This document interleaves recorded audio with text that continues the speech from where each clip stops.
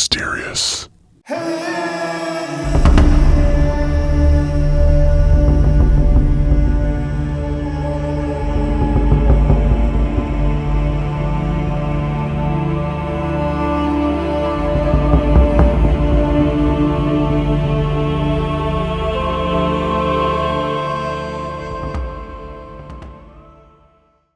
This time, on Cryptid Mysterious, we have an account dating back to 1963. In 1963, I was coming of age for the Nom draft, and in my mind, there was no question that I would be drafted. It would only be a matter of time, so I decided to dodge the draft and head for the West Coast. Many people in my family were saddened by my decision, but I would not be swayed. The bottom line was that this fight was not about battling someone with desires of world domination. Rather, it was a spitting match and a moneymaker for those who didn't have the guts to fight themselves. As I left, I thought that I could get lost in a crowd as well as anyone else, and the West Coast was as far away as I could get without leaving the country entirely. So I was willing to take a shot. It wasn't long after I first hit the coast that I found myself hanging with the street hippies and flower children. These people were wandering aimlessly through life, and for the most part, they were doped out of their minds, both day and night. The rebellious, anti-war crowd which dominated California at the time. Soon after I arrived, I found myself hooking up with a guy named Jimmy Barnes. Like me, he was on the run, having a dive room in a flop house. And his philosophy was, work cheap and work for cash. This way, people will be so happy to have you that they wouldn't dare fink you out. The second part of his philosophy was to keep moving, and so we did. We were now a team. Thumbing rides was much too risky, so we had adopted the practice of jumping rail cars from location to location. And I had officially become a hobo. It was an extremely dangerous racket. Sometimes we would check the doors on freight cars at night, hoping to find one we could sneak into, while at other times we would cling between two cars for hours at a time as the train ran down the tracks.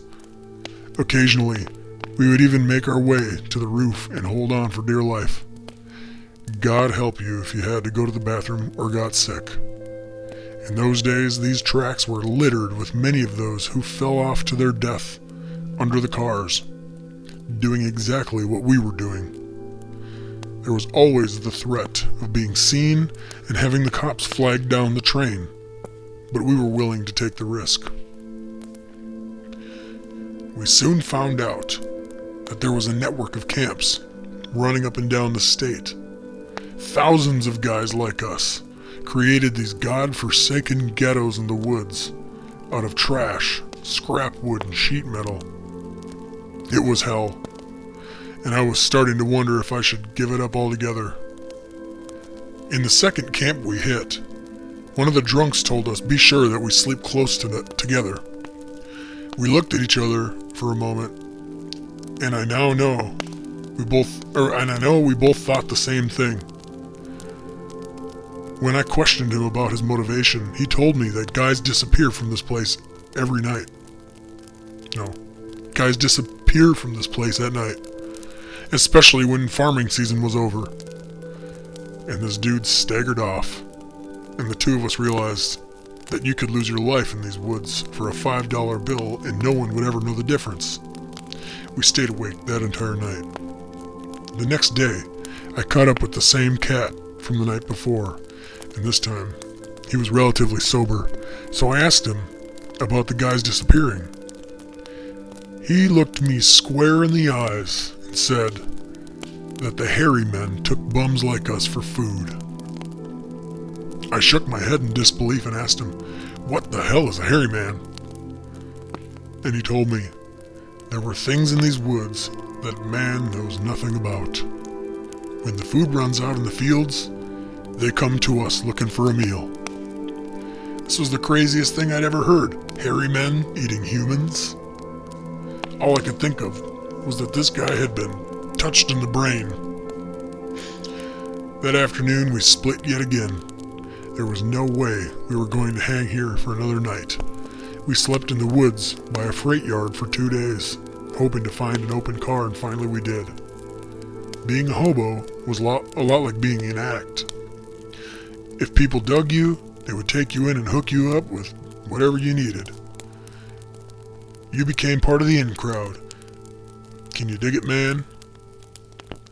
So, on our next jump off, we found another camp and got hooked into a little work as well. We worked at a masonry yard for several weeks, crashing inside some cesspool rings at night. The owner knew it, but he didn't care. We were giving him a good day's work on the cheap, and he knew that we were runners. He had a portable toilet in the yard that he let us use his sink during the day. In keeping with our philosophy of always moving, we split this scene after about 12 days and went back to the camp. When we got back, a number of the guys said to watch our butts because one of the guys was taken in his sleep the week before. When we asked what he had been taken by, they told us that one of the big hairy suckers had gotten him, pulling him right out of his box, screaming and kicking into the woods. All of his crap was still in the camp, and no hobo would ever leave his stuff anywhere. That was the end for me. I hung in the camp for a few more hours while a couple of these guys talked about a boneyard they had found a few miles north that had human remains scattered everywhere. An hour later, I was on the highway thumbing a ride. I didn't care if I got caught or even arrested. I was done with this whole scene, man. It took me almost 2 months to get home, stopping to work for some food and lodging along the way. When I got home, my draft number hadn't even come up. However, it did, not too long after, at which point I had a change of heart and went into service. Thankfully, I had a good working knowledge of engines, which parlayed me into a stateside gig, and I'm obviously alive today to tell the tale.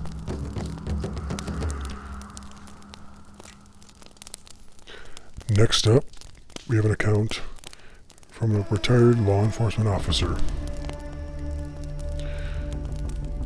I was a 24-year veteran of the force when this encounter happened, and I was on highway patrol that night. Most of the old-timers preferred the night shift because it was typically quieter than the day shift. And on this particular night, the weather was crisp and clear. Now, there were a couple of stop signs that I would generally set up on early in the shift.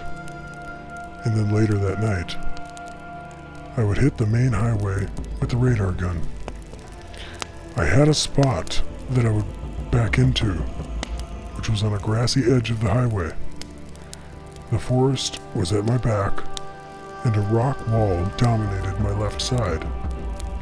By the time a speeder made it around the granite outcropping and saw my squad car, the gun had already bagged their speed. I'd already tagged a couple of speeders that night and was preparing for the next. I turned off the car momentarily and stepped into the trees to take care of some business. It was a pitch black and moonless night. Trust me when I tell you, there was no one around in this stretch of highway, just woods and rocky walls. I was finishing up and turning towards the car when I could see the headlamps shining around the bend, coming towards my position. Remember, nobody could see me here until they virtually passed in front of me. Just as I had seen the glare of the oncoming lights, the car's horn started sounding, and they were leaning on it heavily. They flew by and kept going.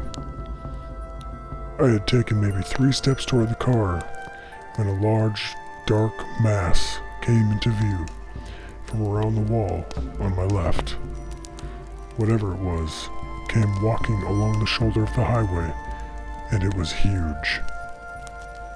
I immediately knew this was what the car had honked at. As I was reaching for my flashlight out of my belt loop, I said, "Hey you, stop right where you are," and hit it with the light.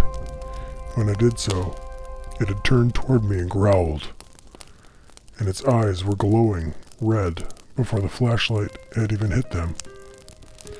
When the flashlight's beam met its face, it let out the loudest, most intense roar you could possibly imagine.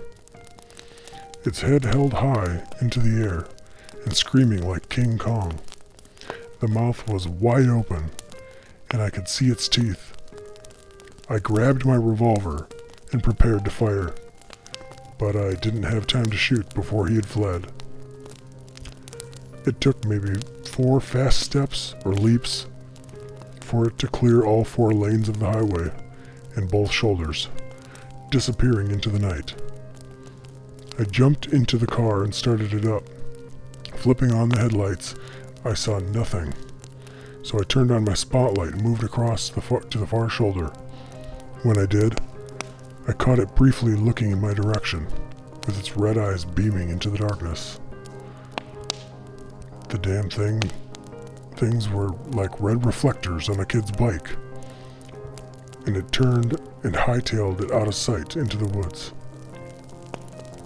In total, there were 4 units on patrol that night, with the dispatcher and sergeant being back at the station. When I got on the radio, I started to tell everyone what I'd seen, which I didn't think would be taken as a joke. But that's exactly what happened. The chatter coming over the speaker was ridiculous, and the dispatcher told me to fill out a report. The Bigfoot had to have been 7 or 8 feet tall. 7 or 8 feet tall. And when the light hit it, you could see dark skin on its face, along with some hair that served as a beard. Its teeth were large white squares, like big chiclets, and the hair was quite long and matted. Its head and shoulders were like one unit, kind of like a turret on a tank. It was the most frightening thing that you can imagine, and then some. I don't know why I didn't pull the trigger, but when you fire a round as a cop, it's a big deal. And firing a round at a Bigfoot, well, you can just imagine how well that would go over. As the thing turned to cross the street, I saw that it must have been 5 feet across the shoulders, and the fur on its butt was totally encrusted with leaves and crap. While it was near me, the stench which was emanating from it was sickening.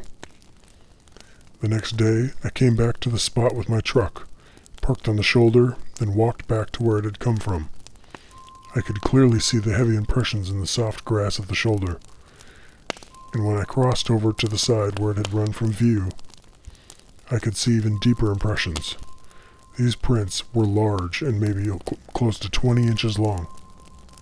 You can't believe the crap that I had to put up with after all that. I retired shortly thereafter after doing 25 years of service.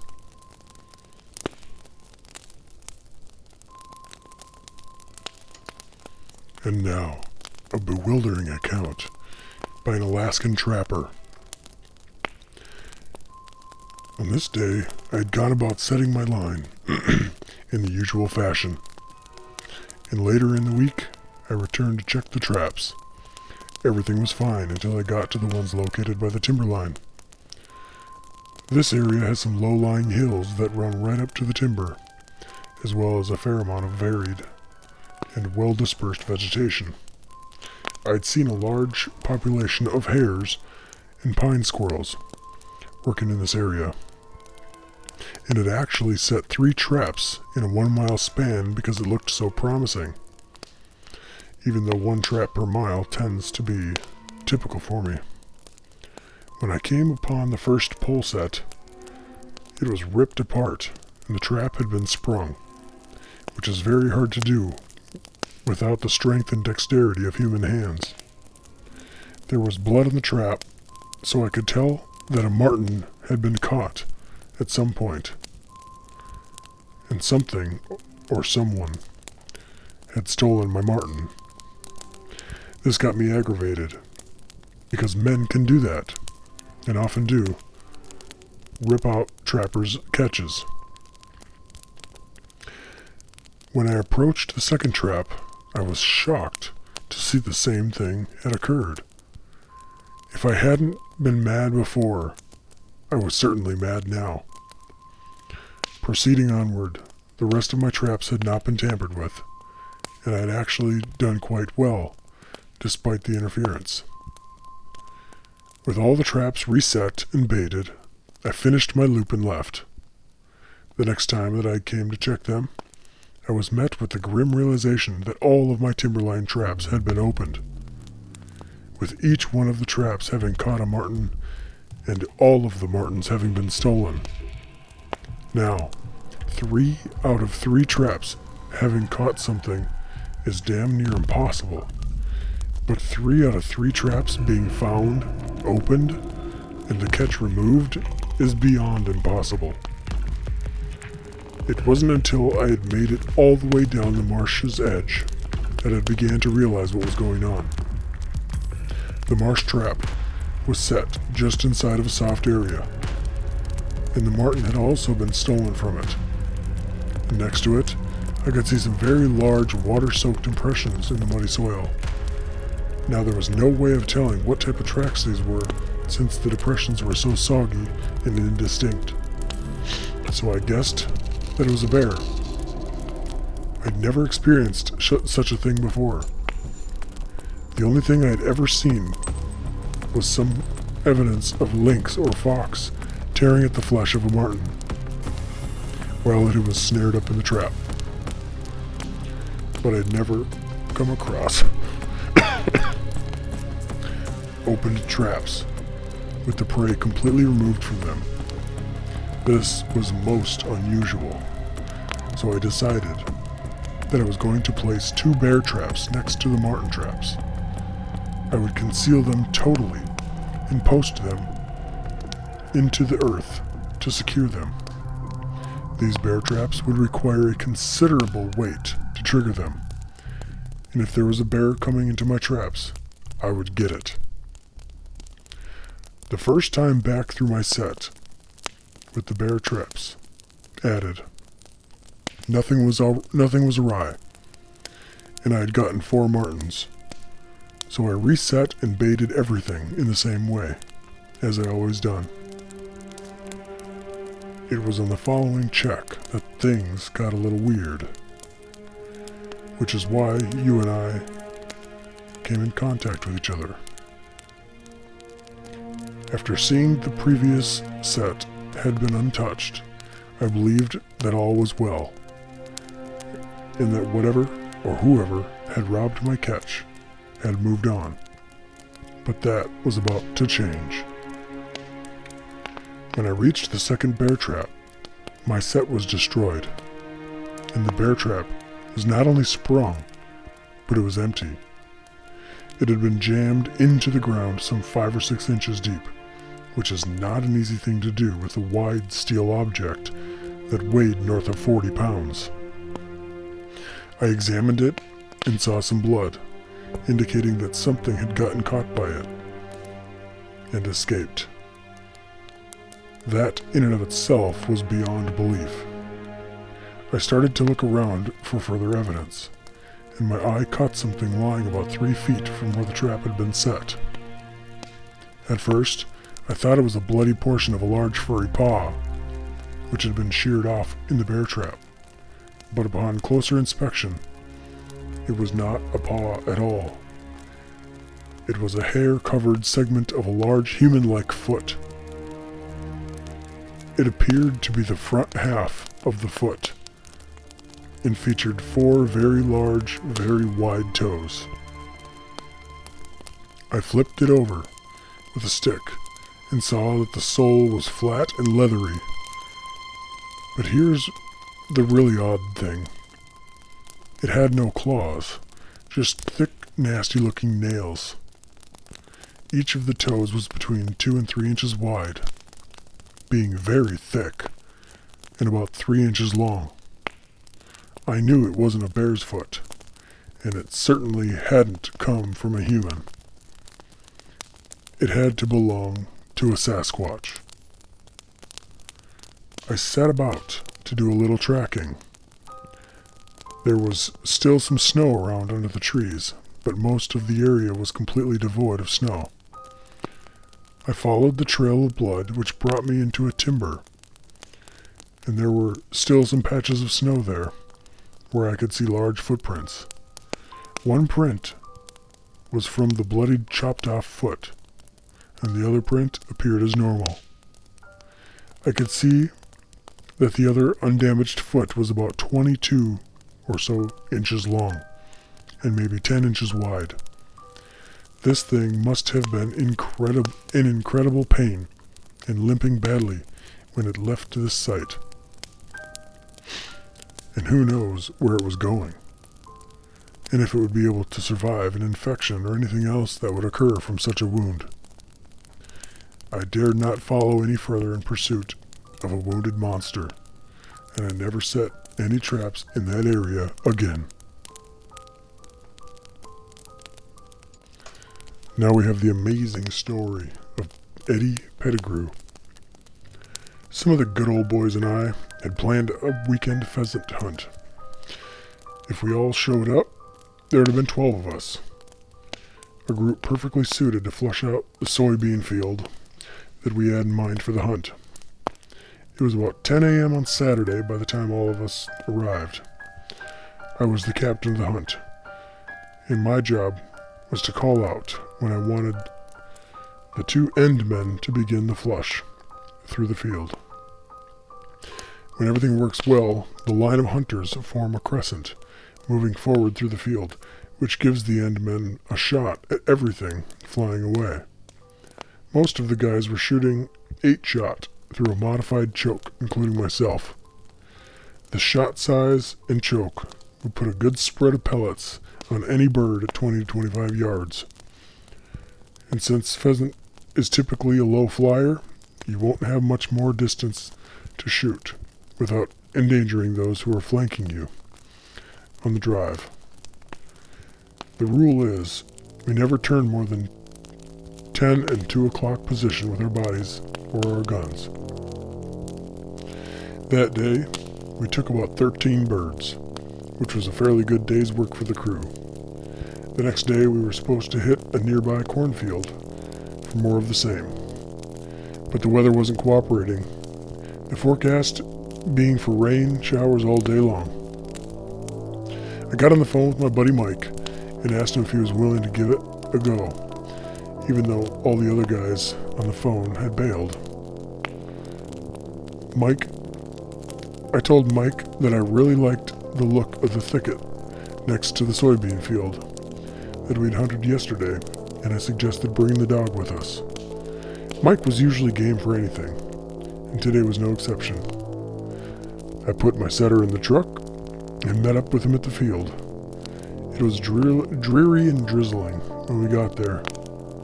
Now, just so you understand, there was a thicket flanking this field on 2 sides, made up of very deep, intertwined bramble.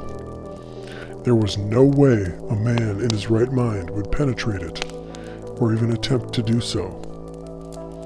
You would be so torn up before you knew it hit you. However, a dog could sneak around low, going in and out of the little tunnels that were formed by the growth, and flush out a bird. The morning didn't work out so well. Even though this appeared to be choice ground, I don't know if it was the rain or the fact that the temperature had dropped 10 degrees, but the dog hadn't spooked a single bird. I thought that maybe he couldn't get to where they were, since a bird won't jump until it's forced to. You almost have to step on them before they'll take it to the air. Having had no success in the morning, we took a little break, with our plan being to hit the other side of the field later on. once the rain let up.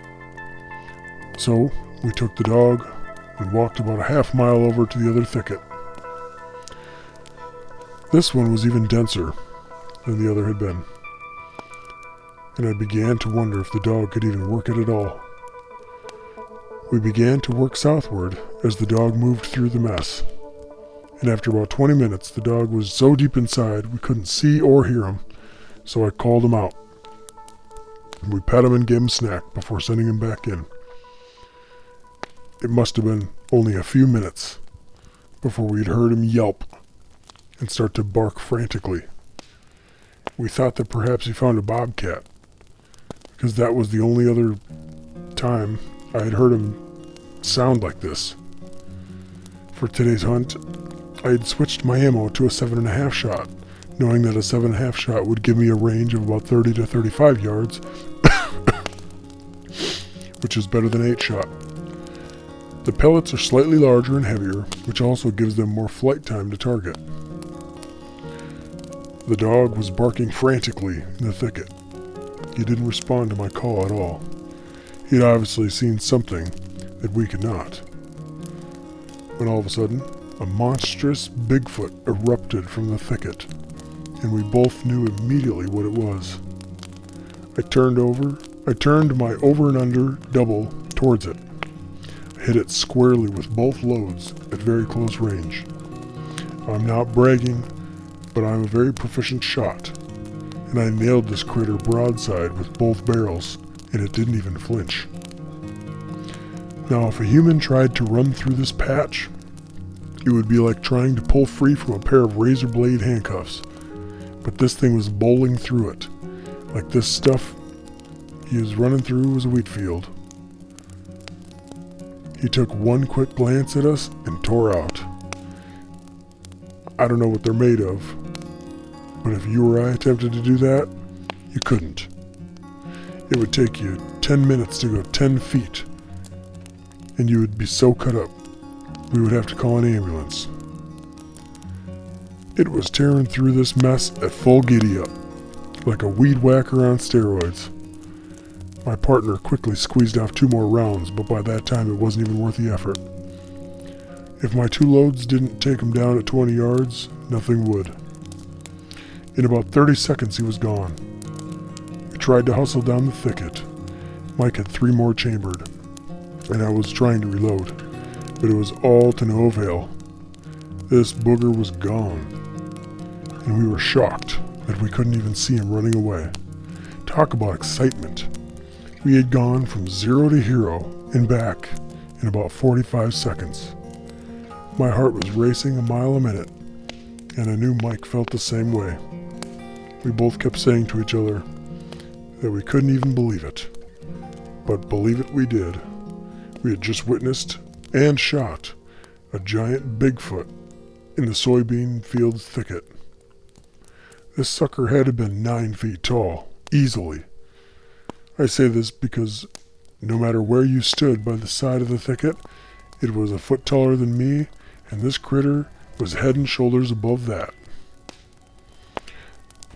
He was kind of grayish white, and his fur was longer than I thought it would be, even though I had heard all the stories beforehand. The upper body looked like 2 50-gallon drums welded together. Sometime after all this, I couldn't stop thinking about the shotgun blasts that had no effect on this creature. This thing's outer skin must be thick as a board. I hit him squarely, close, with 1,200 pellets at 50 to 60 feet, and I didn't even notice so much as a clump of fur come flying off. There was nothing. It was like I'd fired 2 blanks at it.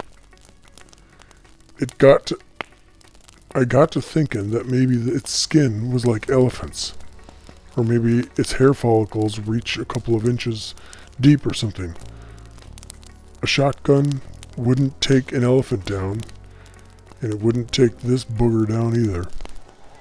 When we got back to town, we told all the boys what we'd seen, and they were beside themselves. You do not want to run into one of these bad boys with anything less than a 30-06. And that's the truth of the whole matter.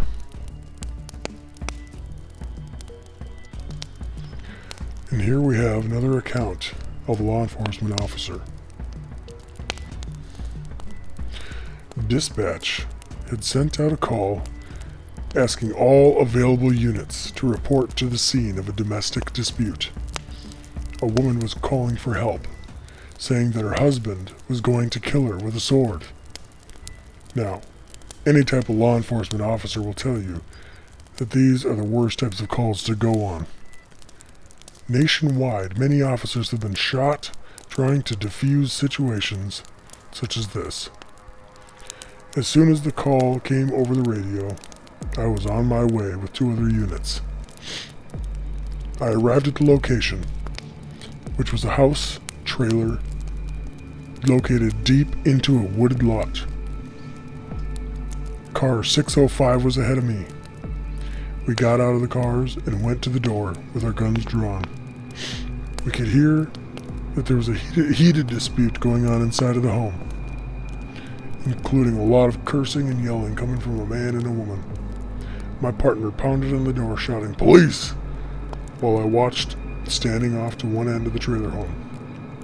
Just after he knocked, the female voice shouted, "Good, they're here. Now you're going to jail, you low-life creep."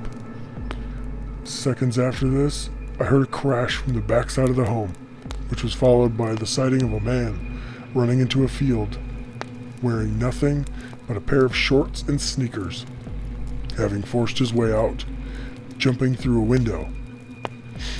I shouted to my partner that we had a runner, and started in pursuit of the man just as the 3rd unit was arriving.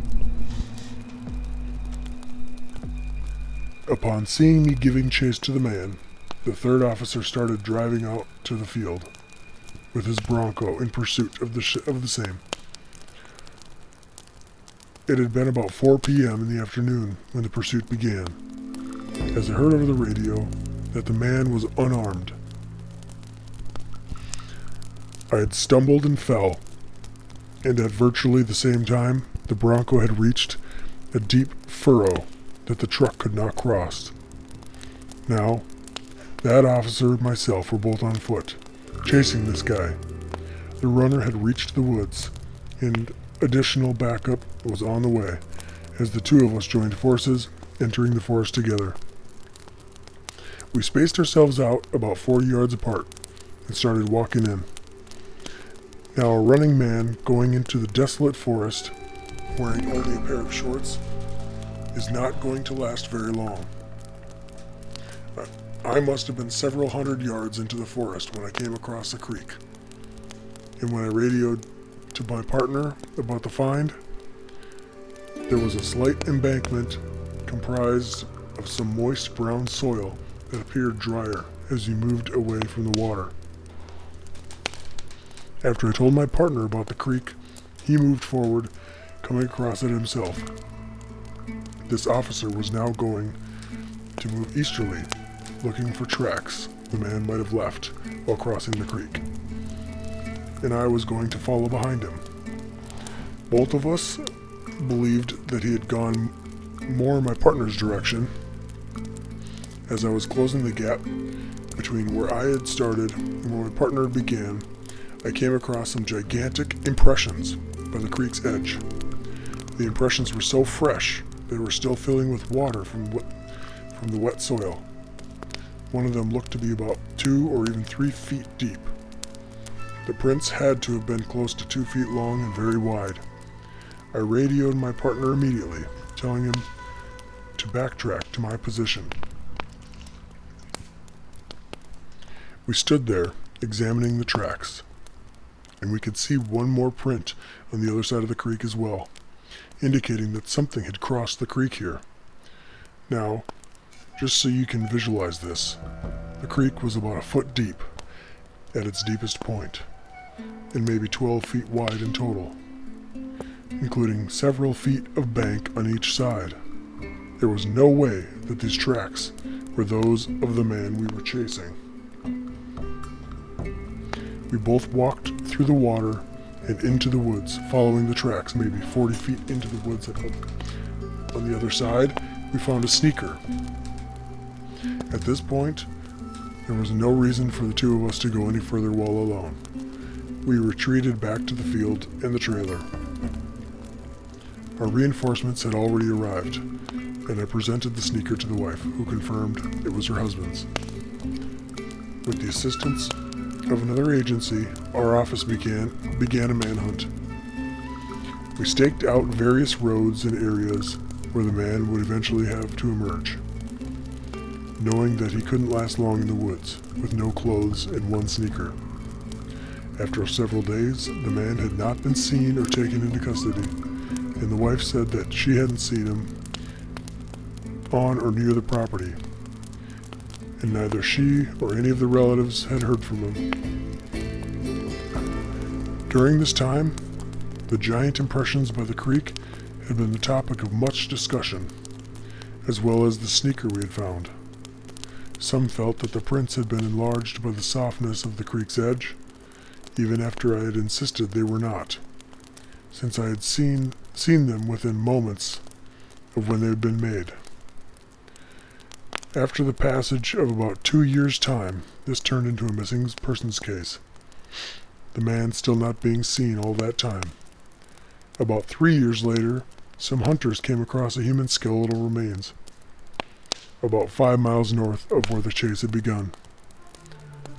They had been hunting in some thick timber and found the bones in a patch of tangled briars.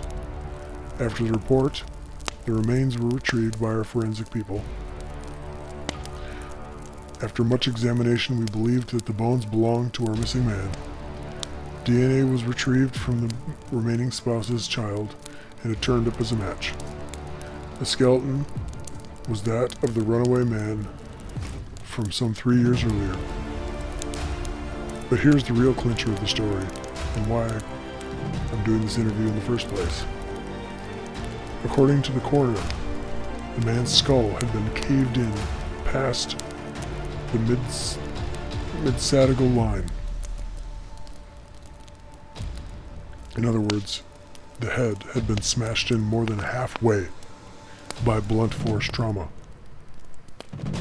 Now, just to give you an idea of this type of force, if I was to take a full swing at your head with a large baseball bat, I couldn't even come close to this type of impact on your skull. Not even with 2 or 3 repeated forceful blows could I create such damage. Also, numerous ribs had been broken via compound fractures. They were all clean fractures, where the bones had been broken into 2 separate pieces. All of this must have occurred while the man was in the forest, running and alone.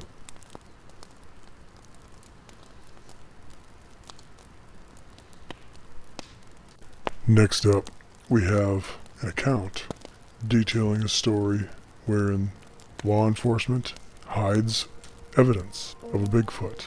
This is the report out of Western Kentucky of Tom Hedges. As a part of an upward move within the company in which I was employed, a major shipping firm whose offices are located in Kentucky, I relocated to my current home. Through the local Masonic Lodge, I became acquainted with a group of men who were starting to form a cattle consortium designed to raise Black Angus cattle for the retail food market. I'd expressed some interest in learning about what their plans were, as well as what might be involved in becoming a partner. After a number of meetings and discussions, each of the 4 starting members would be required to put up $250,000 for a total of $1 million of startup capital. Now, there's so much involved here that I could talk about. Suffice to say, we were partnering with some farmers to make use of their pasture fields in the form of a lease, so that we could raise our cattle on them. It was quite an enterprise to get started, but once all of the dots were connected, we started on the road to profitability rather quickly. All these guys, myself included, had a fair amount of business savvy. Even if we hadn't achieved success, we could have sold off our stock with no problem whatsoever, since the market for Black Angus was exceptional in nature. I had cashed out much of my corporate stock to fund my end of the venture, and at that time in my life, I was about 6 years away from my projected retirement, and thought this would be a great future investment. And turns out it was.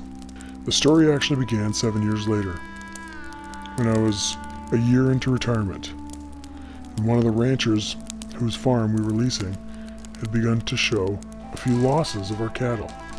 It started as some calves came up missing, with some of them being found in the woods badly mauled or partially eaten. As time went on, other larger cattle were being found in the pastures with enormous wounds and flesh torn out of their hides. We had all gone out to personally survey the damage and what was being done to the livestock. It was the general suspicion that a bear or cougar was the culprit, which would probably have to be shot to stop the mayhem. The farmer decided to hire a local hunter to both stake out and protect the herd. The herd on this farm alone represented over $1 million. When you lose one of these animals to a predator, it represents a big hit to the pocket, both now and in the future. Now, it's not like these incidents had occurred within a week's time. They had been observed over a period of many months. 2 of these attacks had resulted in mutilation and death, the others in injury to a still living animal. Our hired hand was patrolling the pastures on horseback, making it virtually impossible for him to be everywhere at once. And even after hiring this gentleman, one mature female and another calf had still been taken under his watch.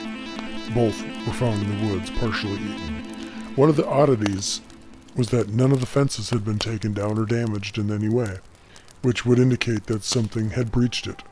Whatever was doing this had come over the fence and went back over the fence, carrying hundreds of pounds with it, all while doing no apparent damage to the fence in the process. To date, all that the hand had seen was some bobcats and a couple of coyotes, none of which were capable of inflicting the carnage on the herd. One night in the fall, the hand had planned to ride the pastures up until about midnight. Upon our request, he was mixing up his shifts in a bit of hopes of catching whatever was killing the cattle. On this day, he was riding through one pasture, heading over to check out another herd. Suddenly, he heard an uproar from the herd he had left some 10 minutes earlier. He turned his horse around and galloped back. He was shocked to see the herd huddled at the end of the pasture as he came over the hill. He immediately began to survey the pasture, and his eyes became fixed on a large mass in the middle that was not moving. As he approached the mass, he realized that it was looking at a bull lying in the grass. He began to circle it, but his horse started to buck, unwilling to continue in that area. He dismounted to discover the grim reason behind why the bull had been lying there. Its head had been torn from its body and was nowhere to be seen. He went back to the house to tell the owner of his discovery, after which they took the pickup truck in a floodlight and headed back up out into the pasture together. When they got up to the scene, they saw something incredible. The bull's head had been torn from the shoulders, including its spinal column. It had been ripped off, not severed. This was a strong, viable bull, and the most important animal in the pasture. It was through his prowess that the herd continued to grow, and they could not begin to even guess what had been capable of such a thing. He was worth his weight in gold, and now he was dead. A decision had to be made about how we were going to deal with this dilemma moving forward. To date, the losses were mounting into the tens of thousands with no end in sight.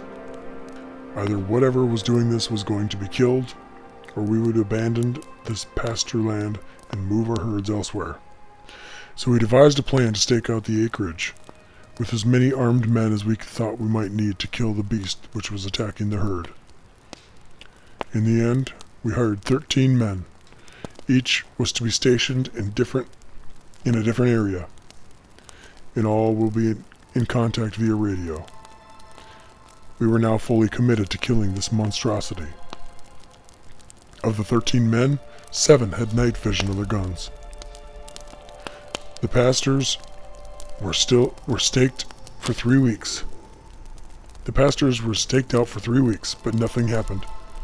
It was on the 23rd night of a 24-hour stakeout that one of the men over the radio reported something running across the pasture on all fours.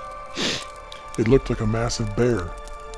Moments later, he was heard saying, "Oh my God, it's standing on 2 legs and walking toward the herd. It's gigantic." Seconds later, the sound of 2 rifle shots broke the silence of the night. As he started shouting, "I got it! I got it!" everyone started to converge at the end of the pasture. When the hunter suddenly started shouting into the radio that the beast was running towards the fence, the search continued throughout the night for whatever he had shot, but nothing had been found. He said he had been able to see it clearly in the night vision scope. It was some type of massive furry beast that walked like a man after running through most of the pasture like a bear. He said that when it was on its feet, nearing the herd, he could see that it was at least twice the height of the cattle's backs. After the men had given the search their all, they called the police, with nothing being found until 2 days later. On the local news, it was reported that a motorist had seen what she described as a dead Bigfoot on the side of the highway. After hearing the report, we had made calls to the police department, but they had denied there being any Bigfoot found. They said that she had seen a dead black bear and nothing more. As it turns out, after our men had put 2 rounds into a giant hairy beast that night, and after a woman said she saw a dead Bigfoot on the roadside, our problem ended rather abruptly. Not a single head of cattle was injured or found dead in that pasture land again.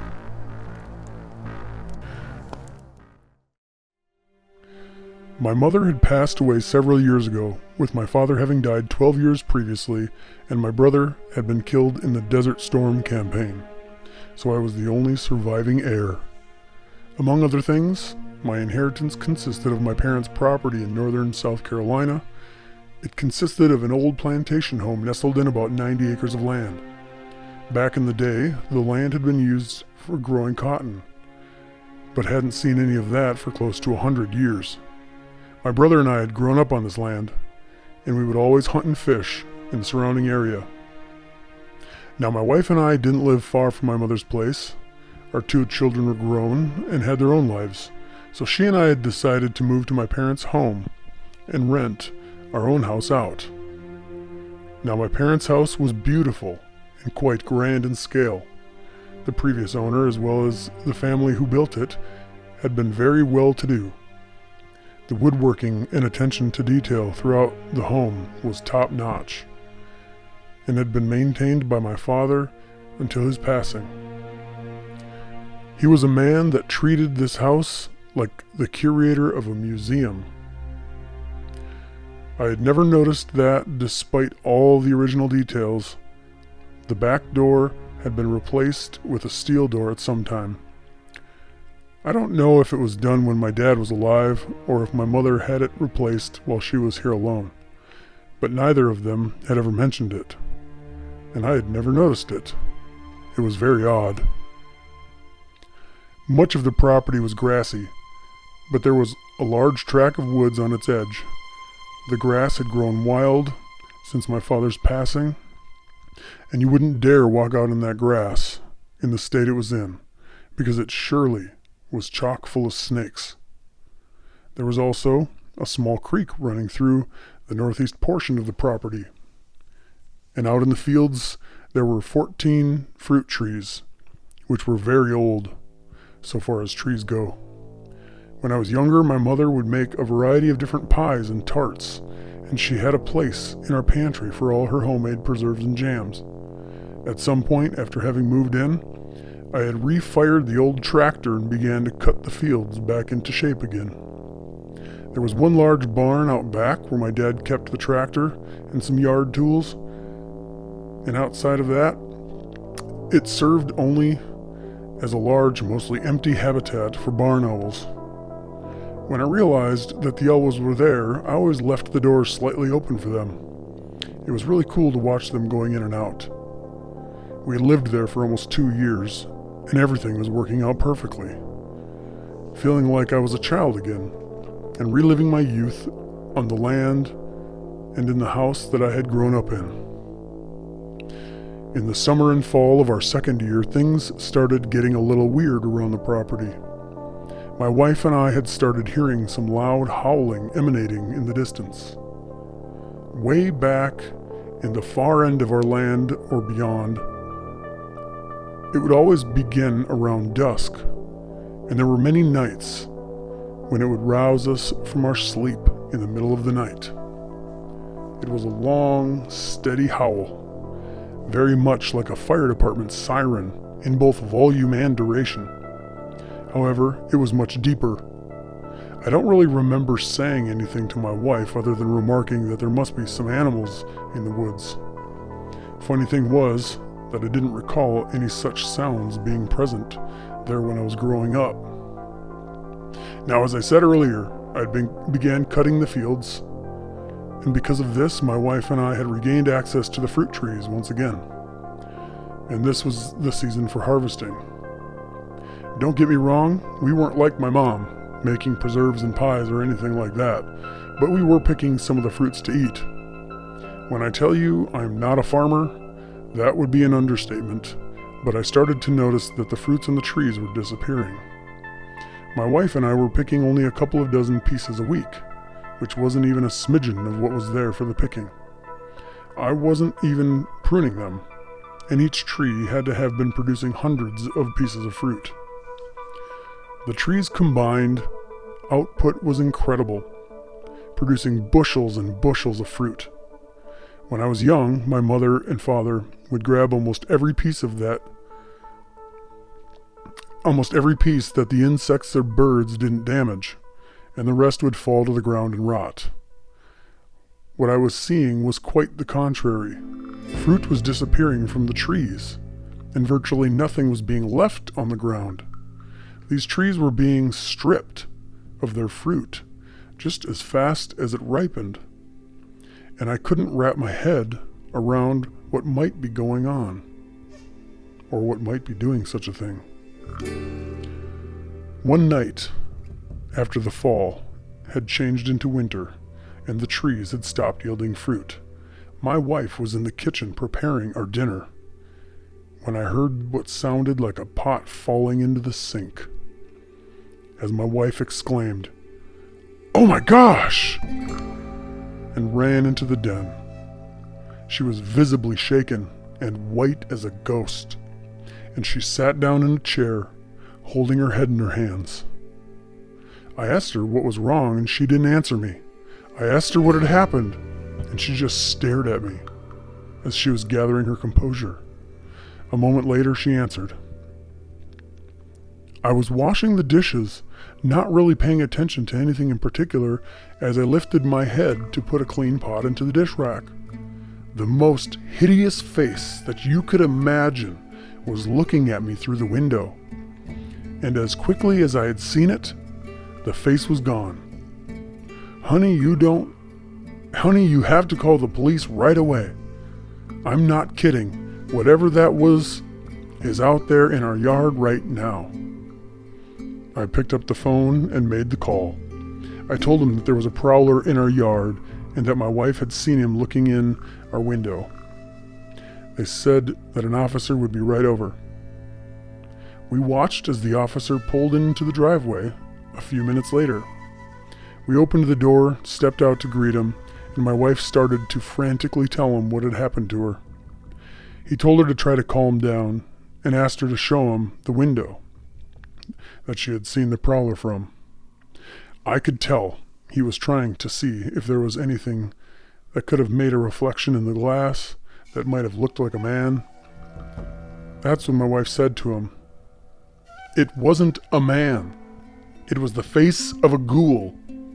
It was horrible beyond description. I could see in his face that he was wondering what kind of people we were as my wife started to describe to him what happened. She told him that it had wide-set eyes that were much larger than ours, and she said that it was smiling with what she said was the biggest, most demonic grin she had ever seen. And as soon as she locked eyes with it, the thing vanished from sight. The officer said that he was going to go outside and have a look around. And as I closed the steel door behind us, I began to think that it might have been installed for a reason. I walked alongside the officer, carrying a fire poker in my hand. The officer carried a large mag light. As he began shining it around, he put the beam right on the barn doors, and the doors were wide open. Before I could say anything, he asked me if I always leave my barn open. I told him that the door on the right was always open a crack for the barn owls to go in and out, but on this day they were wide open, so the two of us walked over there to have a look around. The hair was standing up on the back of my head as we walked towards the barn, and I felt as though something was breathing down my neck. As he put the light into the barn and shined it around, we could see that there was nothing inside except the tractor, the tools used around the house. He asked me if I could see anything missing, to which I said no. We kept walking around the house, shining the light here and there, and saw absolutely nothing. But I had the creepiest feeling that we were being watched as he and I went back into the house. The officer sat us both down, looked us square in the eyes, and told us, "I'm not about to say that you didn't see anything because I can see that you are obviously still shaken up over this. The doors were open in the barn, so maybe there was some local hoodlum prowling around looking for something to walk off with that they could sell." My wife broke into hysteria, saying it was not a man. It was some kind of monster. He said, "I understand, but there's really nothing more that I can do here tonight. Why don't you go, leave all the lights on, stay up until you've calmed down. Have a glass of wine and try to compose yourself. Whoever or whatever this was has gone off. And if anything else should happen, just call the station and we'll be right over."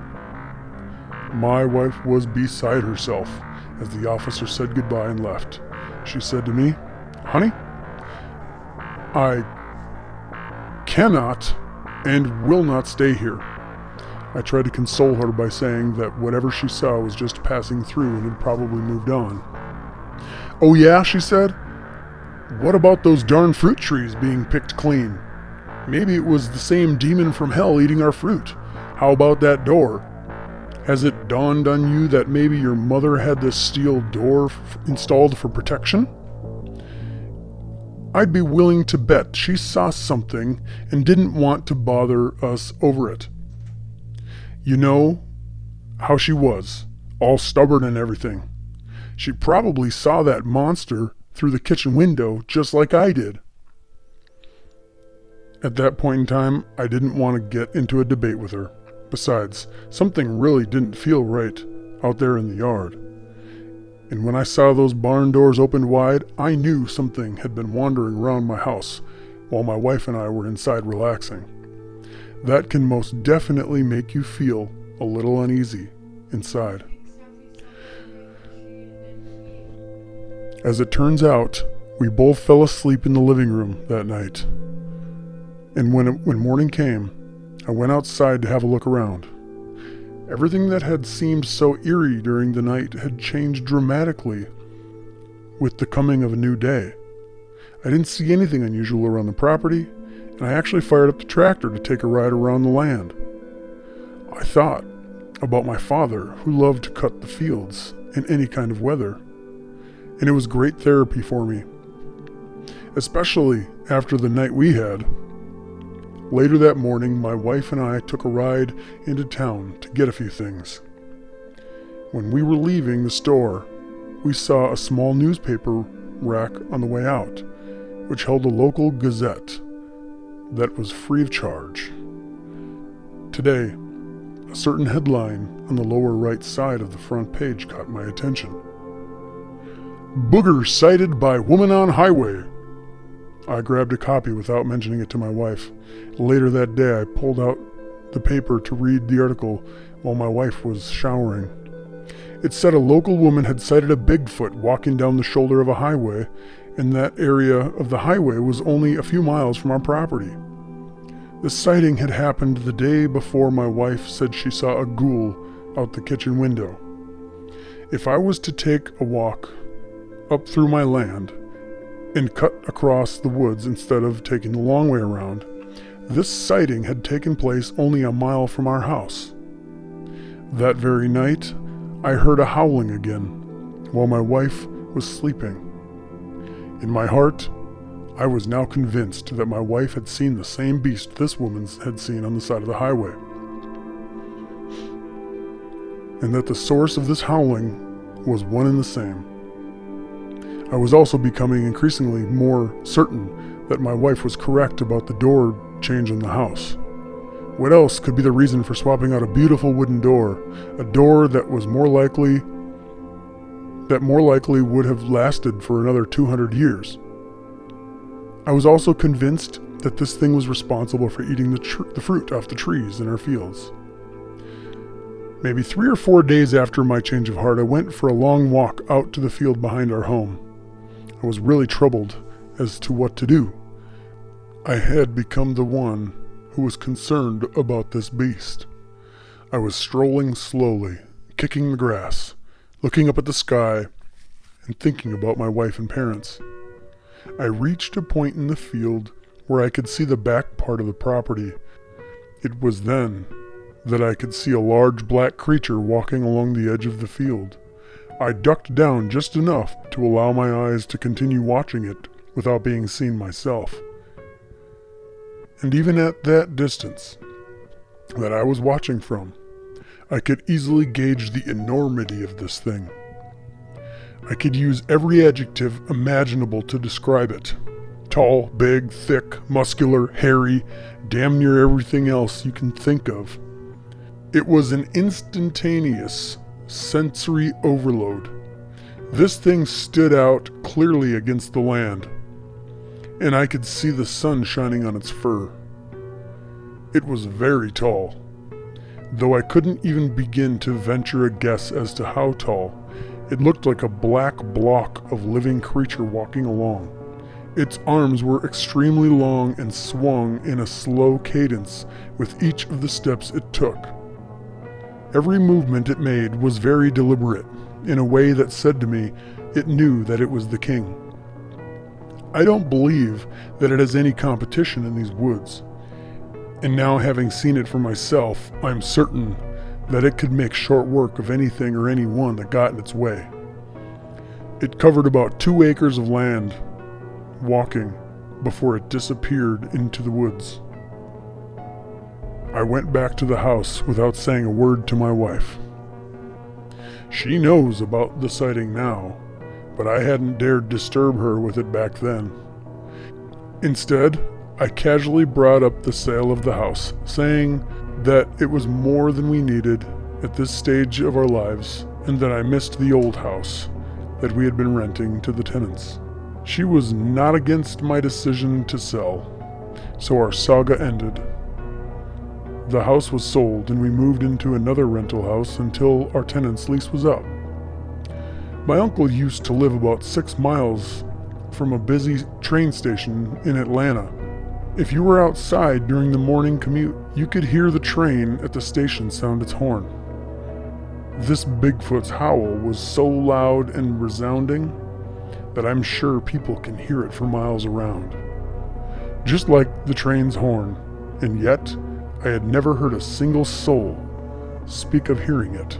I don't know if people are afraid to speak about it or what, but it has to be being heard in many other places and by many other people.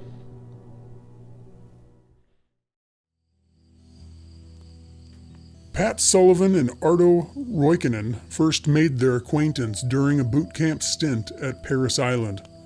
They had both set their minds on joining the USMC in 1979. From here on out, the story will move forward from Patrick's recollection of the events that befell them. I already told you that Artie and I met during boot camp. Artie's real name is Arto, which he told me means bear man in Finnish. I thought it rather remarkable that his entire family was of pure Finnish heritage. All of his family had migrated to the United States in the late 1800s and lived there together in the Upper Peninsula of Michigan in Alger County. During boot camp, Artie and I hit it off well. Whenever we could get a moment to sit and talk, we did. Over time, I learned that he and I had quite a lot in common. The two of us shared a great love for the outdoors. We both fished. We both liked to shoot. However, he was a hunter, and I had never hunted, per se, preferring to spend my time shooting sporting clays. During this time in the service, we agreed to visit each other on our home turfs after the military gig was finished. In the summer of 1985, I packed up my truck and headed to Artie's house in Michigan. I'd made a point to pack my 12-gauge semi-auto Beretta, which Artie had advised would be needed for protection.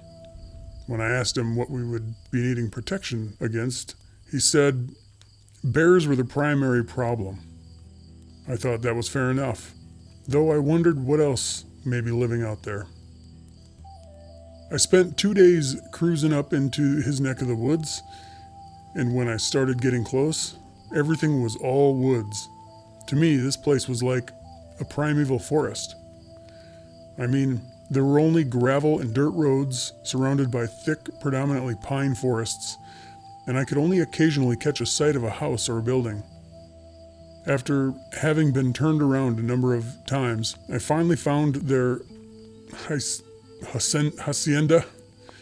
It was quite the spread, consisting of one large house and a smaller one, both surrounded by a number of barns and an outbuilding.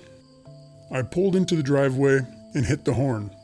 Suddenly, it was as if I was in the middle of a family reunion. People, both young and old, were springing out of every which way. They were greeting me as if I was the prodigal son returning home. And I thought to myself, this was going to be a great time. After the initial meet and greet, I was given the nickel tour of the homestead.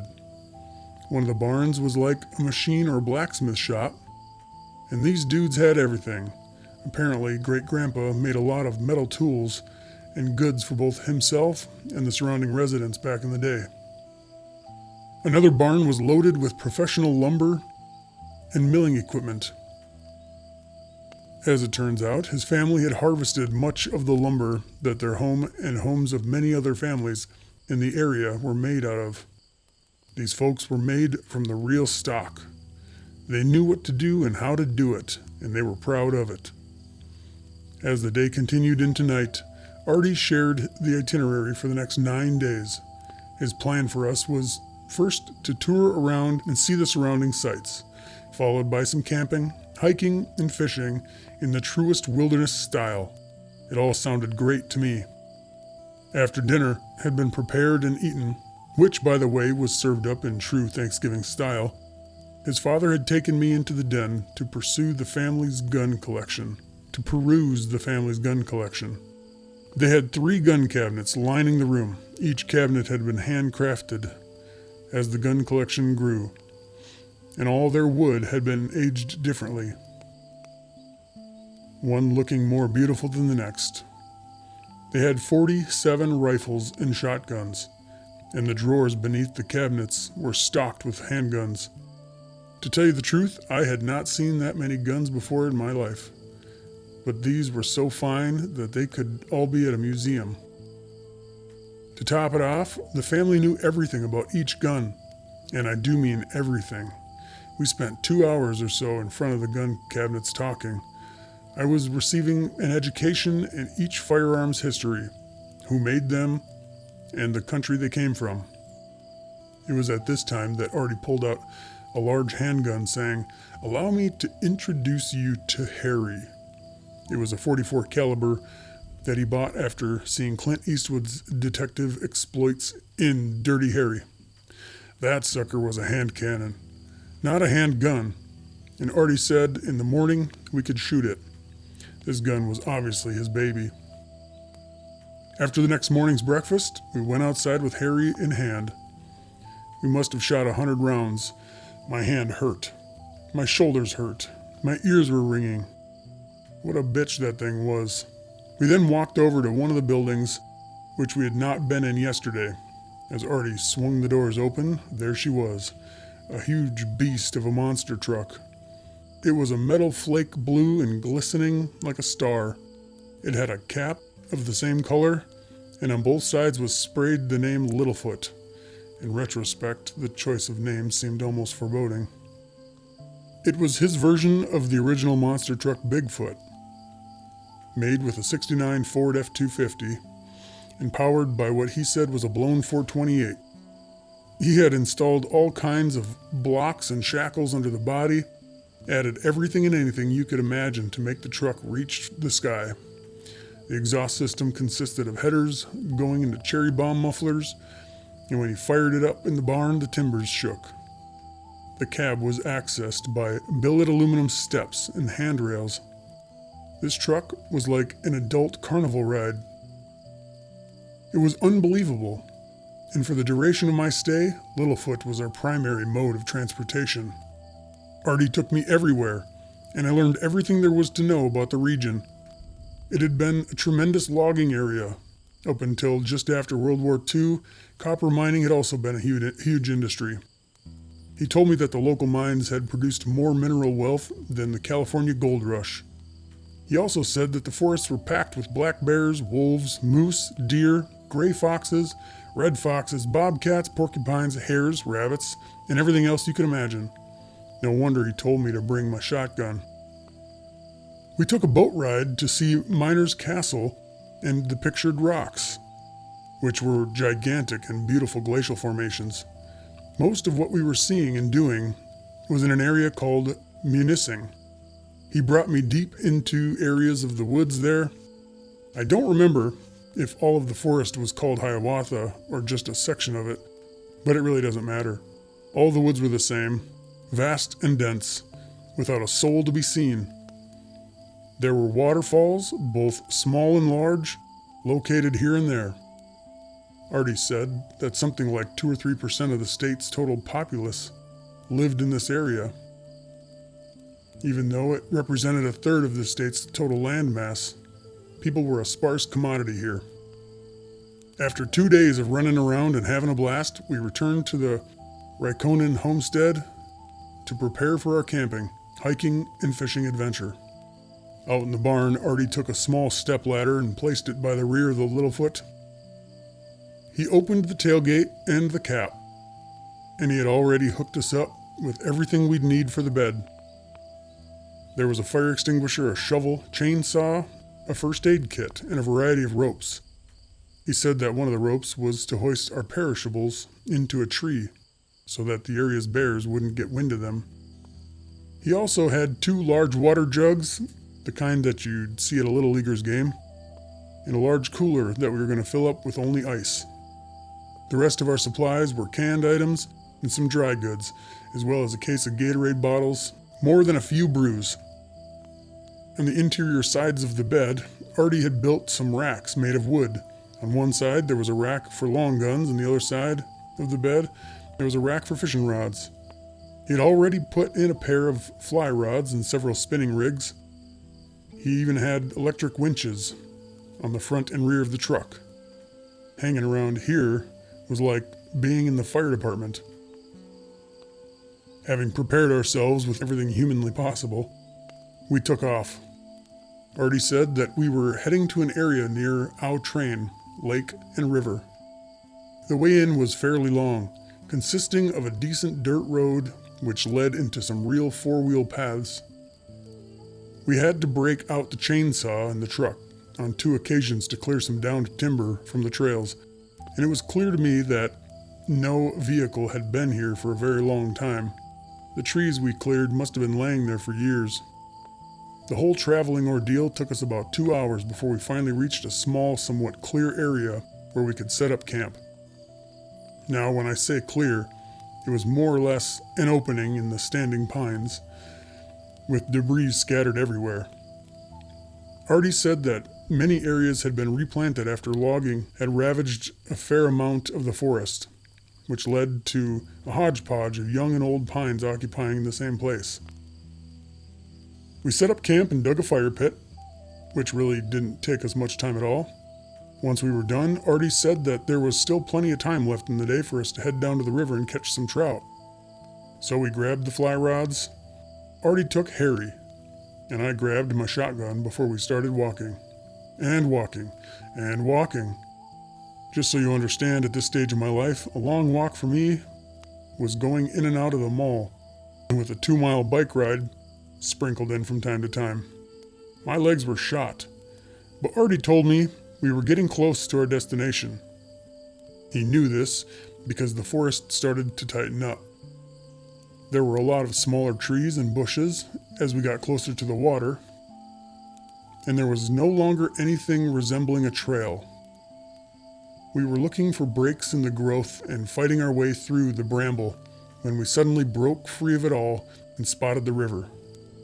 Now, we're not talking about the Colorado here. You could easily walk across this river. In fact, as I looked up and down as far as I could see many of the tree branches flanking the river's edge were not more than 8 or 10 feet from touching the branches on the other side. Additionally, this river was strewn with rocks and wood, and it was relatively calm-flowing water. As I began to focus on the surface, I could see that there were plenty of trout to be had. We began to fish. The two of us were using terrestrials, which were flies that are tied to look like a variety of insects. Because of the tightly spaced trees, you really couldn't cast much from anywhere in here. We were more or less flipping and mending the flies into position. We must have been fishing quietly for several hours, enjoying the company of ourselves and the fish. It was really beautiful, and I was more relaxed here and now than I had been in a very long time. I'd almost zoned out of existence when I started to hear a loud rock clacking noise. To me, it sounded as though it had been very close.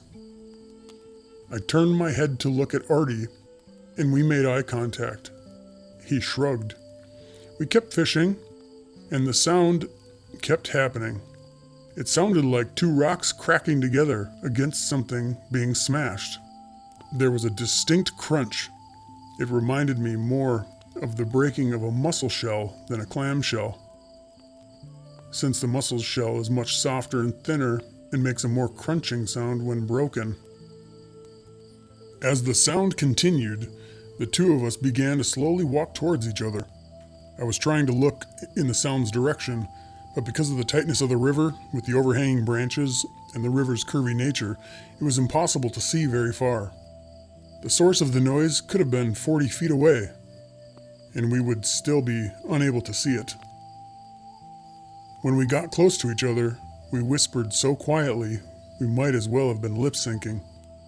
Artie thought it may have been moose antlers clacking together, and that noise may well have been much further away than it sounded. Somewhat reassured, I slowly moved back to the pool I had been fishing in, but this time I made a point to position myself a little closer to the bank and my 12-gauge.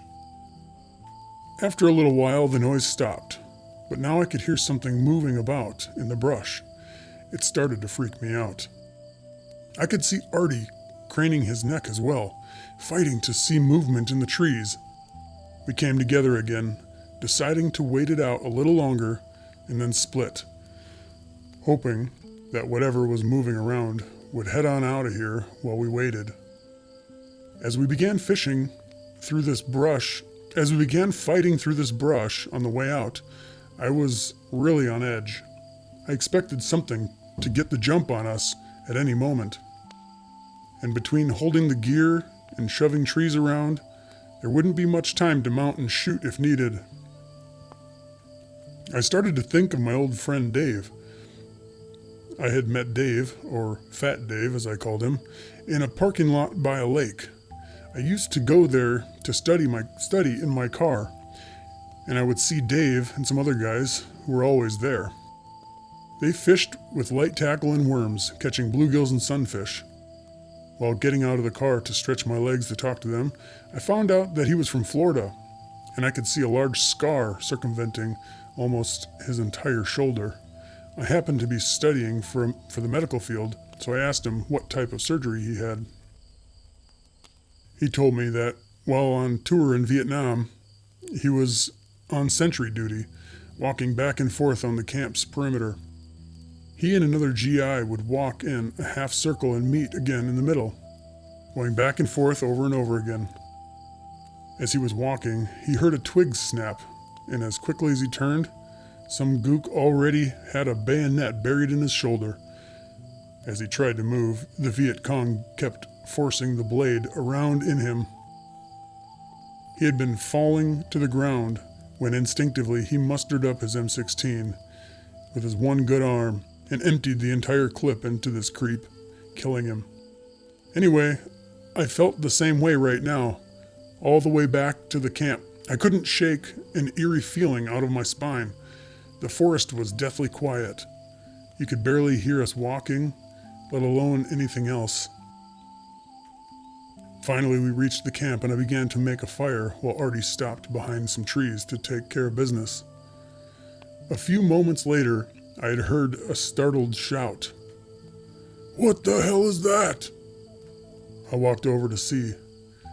He stood looking at a large snake on the ground, which had knots tied on both ends of its body. It looked like a snake dumbbell, but it was still alive. There was absolutely no way these two knots were tied by the snake writhing around on its own. They were as tight as a rope knot. Taking into account the shortening of the knots, the snake must have been 6 feet long. We couldn't help but wonder who or what might have been in our camp while we were gone. The entire thing was mind-boggling. Artie took the snake and flung it into the woods, saying that it would make a good meal for something. Now, maybe it's because I'm somewhat a city boy, but I couldn't see how Artie could be so stone cold and unmoving about all this. After spending a night around the campfire, BSing about everything and anything under the sun, we stoked the fire one last time and crawled into the tent. I had my semi laying by my side and Artie had Harry next to his head. Artie was snoring, but I couldn't sleep a wink. I was too busy thinking about what happened during the day. Sometime during that night, I started to hear some grunting or grumbling sounds outside the tent. It was hard to tell if they were near or far until a large shadow was cast between our tent and the fire. After a few moments, the shadow had completely darkened our tent's interior, followed by a large, deep growl. With this noise, the top of the tent started to move downward. Artie stopped snoring. With my eyes fixed on the shadow, I grabbed my gun, and before I could even think about shooting it, Artie sat up and squeezed off 3 successive rounds right through the tent. The flash and concussion were unbelievable, and the smell of gunpowder and smoke filled the confines of the tent. Whatever this was let out a scream which I can only describe as being that of a T-Rex. It was so loud that it shook me. The side of the tent was burning, and the shadow had vanished. Whatever this was sounded like it was running away, screaming and bellowing as it did so. I unzipped the tent and burst out with my gun. There was no way I was going to die without a gunfight. Artie leaped out behind me, and the two of us stood there, heads moving left and right, looking and listening. This beast was still screaming off in the distance. I was sure that Artie had nailed this sucker with 3 .44 caliber bullets at point-blank range. If it was a black bear, it would have dropped where it stood, but it didn't. It ran away. I asked Artie what in the hell could limp, let alone run away with 3 .44 slugs in it. His answer was that bears can be tough mothers to take down. Now, I had been thinking of doing exactly what he did. I was going to shoot too, but at that moment, I had thought about it being some loser dude in the woods playing a really bad and possibly deadly prank. Flashlights in hand, we started looking around for blood, but we found nothing, and the ground was so hard that we couldn't see any prints, not even those of our own boots. Beyond the glow of the fire, our surroundings were as black could be. It was extremely unnerving, to say the least. We got the fire going hot and heavy and stayed up the rest of the night. At this point, I was ready to call it quits. But I didn't want Artie to think that I didn't have any balls. I was the city slicker here. We were supposed to have nuts of steel, right? According to our game plan, we had 3 days left. So in the morning, Artie, seemingly have brushed off everything that happened during the night, suggested that we head over by the lake today. So we grabbed our spinning rods and our guns and headed off to the closest side of the lake. This time, his direction took us through a marginally more open tract of woods until we got near to the lake. Then the undergrowth thickened up like it had by the river. At any rate, we positioned ourselves along the lake's edge and started to throw some poppers and spinners, getting into some fairly decent action quickly. The sun was out on the lake, and it was nice to be out from under the canopy of the pines. While we were fishing, I noticed something large and dark in color peering in and out of the bushes along the far side of the lake. First in one place, then in another. Every time it appeared, I pointed in its direction, asking Artie to look. Despite all my prompting, he saw nothing, but I definitely saw something that was alive and moving, and I couldn't get my mind off the campsite incident last night. We must have been fishing for about 6 hours or so, taking a few food and drink breaks in between, when Artie said that we should head back and maybe do a little varmint hunting before sunset. Sounded like a good idea to me, so we began the long walk back. By the time we had gotten back to the vicinity of the camp, we had been gone 8 or 9 hours. As the camp came into view ahead of us, I couldn't believe what I was looking at. The entire campsite, including the truck, had been ransacked. There were things thrown up in the trees, and our cooler was completely flattened on the ground. It looked as though a steamroller ran it over. Cosmetically speaking, the truck was in ruins. The cap looked like a tree had fallen on it, and both side windows were blown out. The cab had been smashed down so severely that we could not open the driver's side door, and there was no evidence of a log or anything that would have or could have been used to do that degree of damage. The tailgate was partially torn from the hinges and bent under the rear bumper. The front winch was torn completely away from the truck. 9/16 bolts and washers ripped cleanly out of the steel, and the other winch had all of the cable pulled out of it and was completely detached from the housing. Both of the aluminum steps were torn off, and we were only able to find one of them. Even then, it was in a mangled state. Thank God the cab had not been opened. The front of the hood, from the grill inward, looked as though it was hit with three or four blows from a 12-inch wide tree trunk. I say this because I have no other way to describe what we were looking at. And having said as much, there was not a single indicator, such as bark, chips, or any other marks on the vehicle, which would have shown that part of a tree had actually been used to wreak the destruction. There were no small dents in the truck, just large, long and wide blows to the metalwork. What bothered me most of all was the type of power that would be needed to flatten a large igloo cooler. And the fact that the large bolts had been torn away from the truck, leaving a reverse dimple where they had been in the steel, was insane. Whatever did this was not an individual or group of individuals. No man could have done this. We said nothing to each other. There was nothing to say. We simply stood there, aghast. I jumped up into the bed of the truck and tried to push on the broken cap in an effort to open things back up a bit, I was forcing my back against the broken roof of the cap, and as I worked my way into position, I noticed something very odd. Caught in the very end of one of the cracks in the fiberglass were several long, dark-colored hairs. It looked as though something with hair had lost a few while their bodies slid or dragged off the roof. I showed them to Artie, and he said to me that it couldn't have been from a black bear. These strands were like 8 to 10 inches in length, which was way too long. We gathered up all the stuff we could and shoved it up under the remnants of the cap in the bed. We grabbed the tailgate and flexed it back and forth until we could twist it off and slide it into the bed.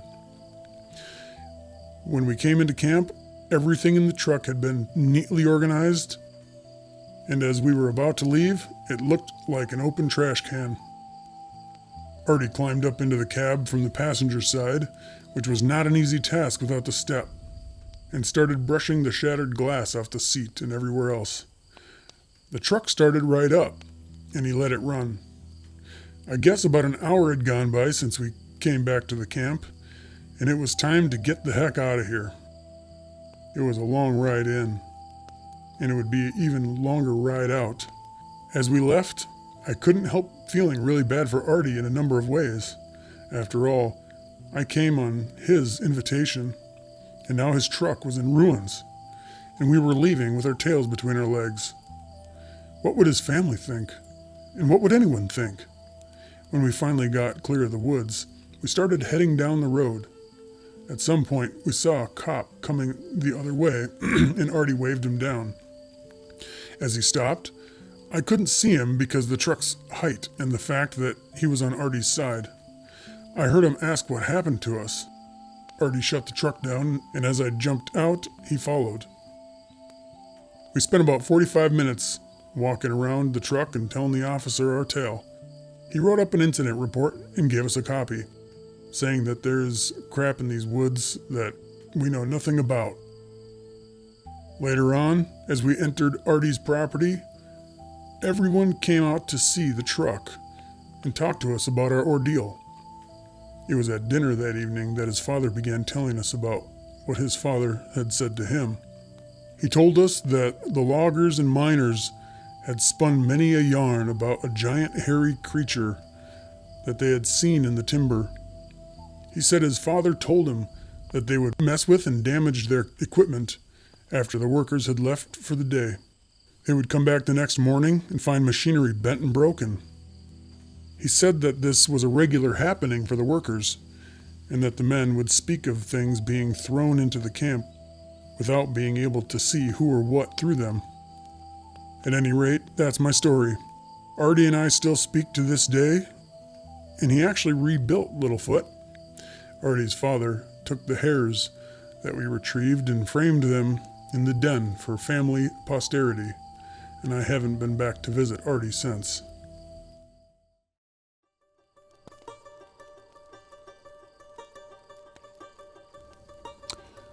I'm a scout leader and have been for about 20 years. There were a few boys who were in the midst of achieving their Eagle Scout badge, and we planned a weekend for some wilderness survival training. After much consideration, I and a few other leaders had selected an area near Bruffy Creek by the base of Round Mountain as the location best suitable for this weekend's training. Personally, I had been in the Special Forces where I underwent considerable survival training while in the service of our country. However, there's a critical difference in what I had learned and what a Boy Scout needs to embrace. As a soldier, we typically begin our training based on the scenario that we're in. We're in enemy territory and need to get back to friendlies. The most typical scenario being that of a downed pilot. In that situation, we want to be totally evasive. We do not want to be found and must by any means survive off the land for as long as it takes to be extricated from behind enemy lines or find our way back to a safe haven. As a Boy Scout, however, the scenario is completely different. We're working under the notion that an individual or individuals have lost their way and in fact want to be found. So the focus is more on signaling and shelter than living off the land and staying out of sight. It was the first week of August 2003 when we made our way back to the area to set up camp for the weekend. There was a total of 7 people, 4 young men and 3 leaders. After having set up camp and done a little reconnoitering of the surroundings, this day was to be geared around constructing shelters out of materials found in the woods. So during the day, we focused on the traditional lean-to design in what I will call an open front hut, which basically consists of 3 sides and a roof, made of logs and tree boughs. The boys that day had proven themselves exceptionally well for young men. Their skills and ability to work together as a team were truly remarkable. This is what scouting is all about. We want to instill within young men a level of maturity and responsibility that is not the norm societally. At day's end, we all had a well-deserved good night's rest after having spent the evening around the campfire. The following morning, we got up early, with the day's plan being to start practicing some techniques used for signaling for help. As a group, we were working on how to create a smoky fire using fresh pine boughs. As the day progressed, we had created 2 signals which could in theory be seen from the air. One spelled out the letter SOS with large logs and branches. The second spelled the word help. Both were created in the same fashion in a couple of clearings. Having accomplished phase 1 of this exercise, we as a group began to hike up Round Mountain in hopes of seeing what the signals looked like from some elevation. It was a fairly rigorous hike, to say the least, but we did finally reach several excellent points from which we could clearly see that what we had created would in fact work well. I was extremely happy with the effort these young men had put forth, and we all descended the mountain. There's nothing like the feeling of job well done as a team. And these are the types of things that we want these youngsters to take hold of and carry throughout their lives. We spent the latter part of the afternoon and the evening resting up and enjoying each other's company. This was being done out of necessity because tonight we were going to engage in a group night hike. Our plan was to climb the lower level of Round Mountain well after sunset and see just what type of challenges navigating in the dark would present. Now, I have to tell you that I brought along with me an older military grade night optics device. A device which I used personally to look for UFOs and activity in the sky. But that's a story for another day. And yet, as crazy as this story will turn out, it was actually quite a coincidence that I had the optical device with me at the time. The night was clear, we were under a gibbous moon at about half stage that was very bright. This enabled us to have some fairly decent illumination during the hike. We had made it up to what I would say was about 2,000 feet in elevation and had stopped for a well-needed breather. Having hiked up the mountain earlier, I was wondering if this was the best choice for the night. But we were there nevertheless. As we sat resting and talking, one of the young men said, "Hey guys, check that out." As we all looked in the direction of his pointing finger, we could see a light source in the distance that was moving very slowly. Personally, my first thought was that it was a person holding something like a lantern walking around the woods. It was very difficult for us to judge how far away it was because we did not know the size of the light that we were looking at. Obviously, the light now had all of our undivided attention. It would move in one direction and then another.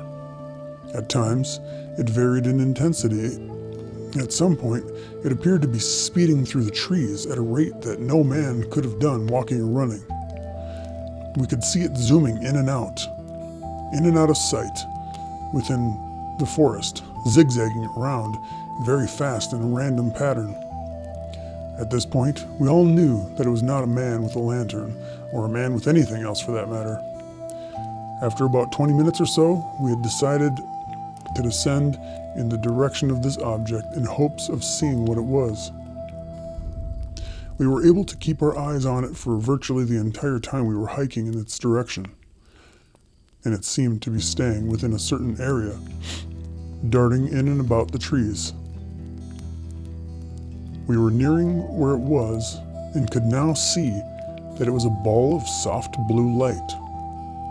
We reached a spot where there were maybe 200 yards away. We reached a spot where we were maybe 200 yards away. Again, this was only a guess because we didn't know how large this ball was, which made it extremely hard to judge distance. We had stopped to watch, and I took out my night vision scope to take a closer look. I was having really a tough time getting this thing into focus and following it because of its extreme movements. After maybe 10 minutes or so, it stopped, and I was able to put the lens right on it. I could now see it hovering next to a tree in a small opening within the forest. The light from it was casting a glow on the surrounding trees. Everyone was getting very excited, and we started to really hustle in hopes of getting closer to it. When we reached the point of being maybe 50 yards away, now I could see in the vivid detail it was about 2 feet in diameter, and everybody with me was taking turns at my night vision scope. We were completely mesmerized by this orb. Then one of the boys who was using the optics at the time said that it was doing something really weird. He said that it looked like it's bulging outward or something. Passing the optics to me, he said, "Here, Mr. Deerduff, take a look." As I put the scope to my eye, I couldn't believe what I was seeing. I'm sure that we all remember blowing soap bubbles as a kid. You put the little wand to your lips and slowly blow into the ring of soap, and the bubble would gradually come out of the ring, being a very large bubble. This is exactly what I was seeing. This blue orb was now gradually bulging outward, and a large glob, for lack of a better word, was coming out of its side, growing in size as it descended to the ground. The orb was hovering maybe 10 or 12 feet off the ground. As the bubble-like structure met with the ground, we could see something forming within the bubble. It was a huge Bigfoot. At this point, the bubble was still attached to the orb, and it didn't make any sense to me or the others how something this large could be coming out of something so small. I speak for all of us when I say we were stunned by what we were seeing. I could tell some of the boys were getting a little frightened, but to their credit, they hung tough. What I had just described to you stayed this way for about 10 minutes. As we were passing the scope around between each other, it was then that the bubble became detached from the orb, and the orb and bubble were now completely separate and intact. We could see this large Bigfoot standing motionless within the bubble. To the eyes, it looked like it was frozen in space and time. It was not moving. It was then that the bubble started to dissipate, and the Bigfoot was left standing in the glow of the orb, and it started to move. Well, let me tell you, you'll never see 3 men and 4 boys tear up through the woods so fast in your life. We ran about 400 or 500 yards before coming to a stop. Thank God nobody got hurt. As we stood there panting, we all looked back in the direction of the Bigfoot and the orb and could still make out the orb in the trees. After we caught our breath, we kept walking and did not stop until we had made it all the way back to the tents. From the camp, we could still see the orb up on the mountain, and it was moving around again within the trees. All of us were left wondering where the Bigfoot could possibly be. And we were very uncomfortable thinking about that, as you can imagine. We spent the next 30 to 60 minutes breaking down camp with speed that I don't think was humanly possible. We were moving like Popeye on spinach. And when we were through, we hightailed it out of there. These boys are all adults now, and they keep in touch with me on a regular basis. A bond was formed between all of us that night on Round Mountain that can never be broken. I know you'd like to hear about the Bigfoot and what it looked like, and all that I can say on this, it was extremely large and broad in every sense, just as we have all seen in all the pictures and depictions. It was also completely covered in fur from head to toe. As it had started to slowly move, we were out of there in such a hurry that I couldn't gather any more information about it.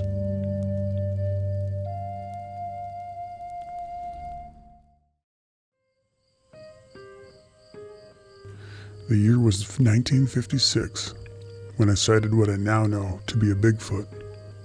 I was 15 years old at the time, and my father and grandfather were in their 40s and 60s respectively.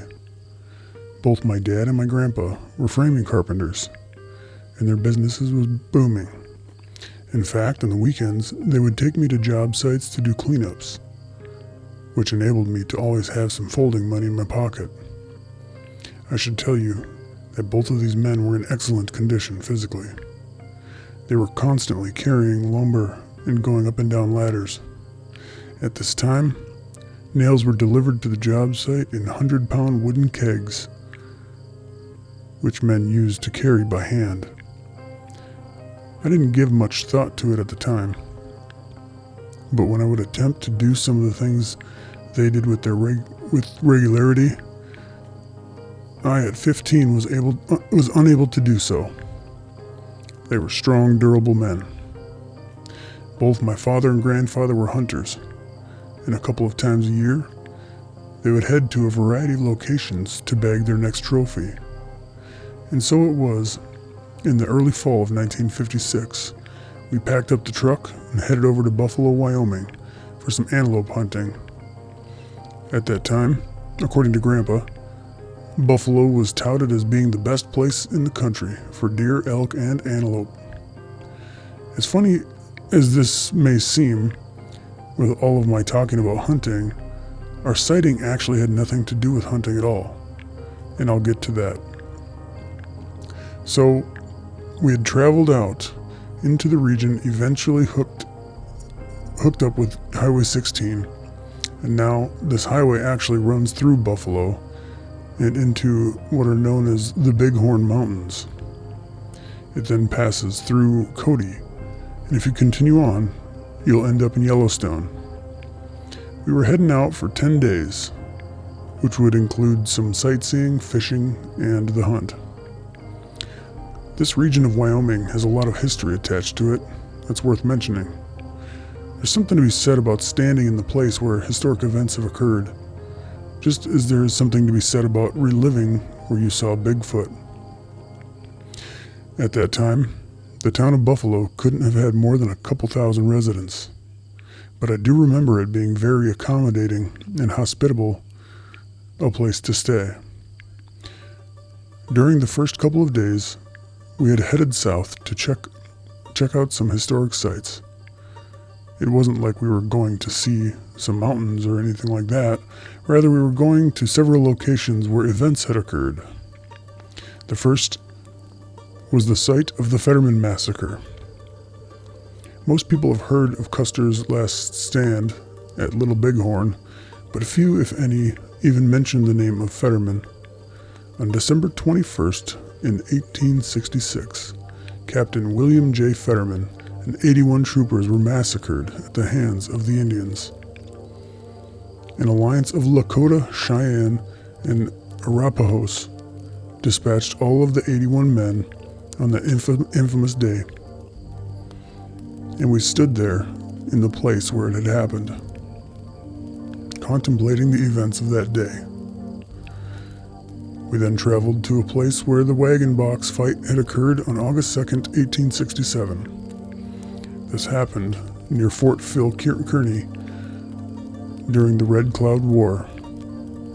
It was here that 6 civilians and 26 Army soldiers had created a defensive wall out of wagon boxes to fight off a band of several hundred Sioux warriors. The soldiers and civilians had been armed with the latest Henry lever-action Springfield breech-loader rifles, and they fought off the Sioux for hours, losing many horses and mules that were driven away by the Indian raiders. Having been there, I can only tell you that there is a palpable energy present in these locations. When you stand there, visualizing what had occurred so many years ago, it is just an incredible experience. We then traveled into the region of the infamous Hole in the Wall Gang. They acquired the name by hanging out in Hole in the Wall Pass in Johnson County, Wyoming.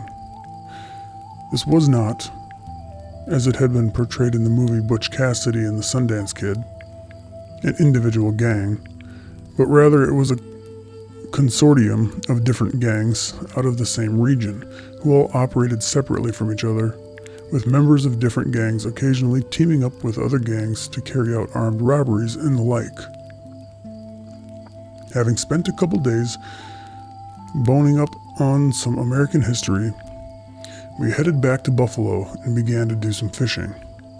This place is home of some 600 miles of clear mountain streams.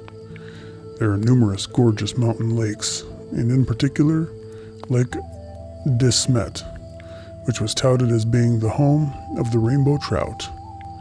And we had set up a tent on the edge of the Clear Creek, which ran through the center of town.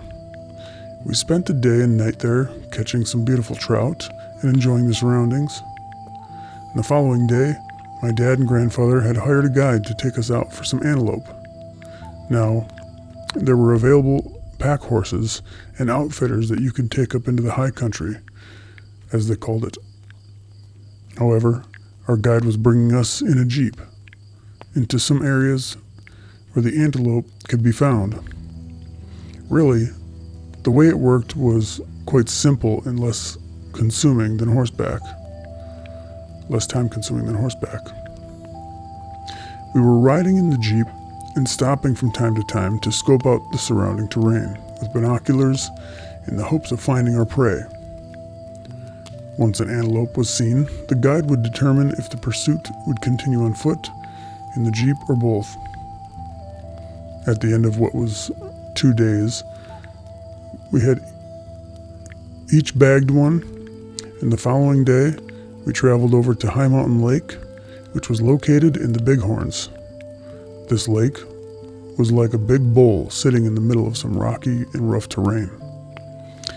It was filled with beautiful crystal clear azure blue water. Surrounding the lake were stands of pointy tall spruce trees. They were clustered together here and there. We set up our tent on a wide flat area on one end of the lake. As a matter of fact, there were actually several other people and tents set up when we arrived. So we weren't alone in this location. You could walk around the entire lake and fish from the water's edge. The three of us were getting into some really nice rock bass, perch, and rainbows. At day's end, we hiked up to an elevated position behind where our tent was set up and sat out on an outcropping of rock.